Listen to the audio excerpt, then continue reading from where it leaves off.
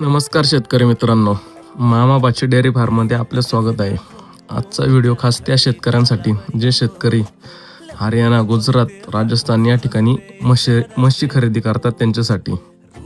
तर म्हैस खरेदी करताना शक्यतो ताजी वेलेलीच म्हैस खरेदी करायची. आपण काय करतो, तिथं एखाद्या म्हशीला 15-20 दिवस झालेले असन, त्या म्हशीला दूध तिथं 14 लिटर 16 लिटर दोन टाईम आपण पिळून घेतो.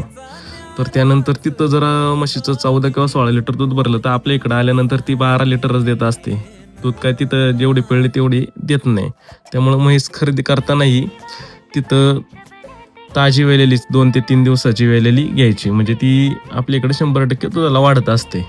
आणि गाभण म्हैस जर खरेदी करत असाल तर गाभण म्हैस खरेदी करायची नाही. कारण गाभण म्हैस कशी खरेदी करायची नाही, जी 2-3 दिवसात यायला आहे ना, ती म्हैस खरेदी करायची नाही. ती म्हैस काय होते, गाडीमध्ये तुला त्रास होतो, ती गाडीमध्येच वेत असते.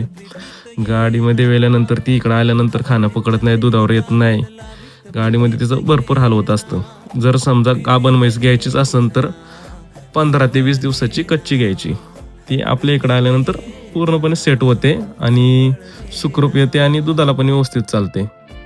हा मी माझा वैयक्तिक अनुभव सांगितलेला आहे. तुमचा काय जो अनुभव असेल तो कमेंटमध्ये नक्की सांगा.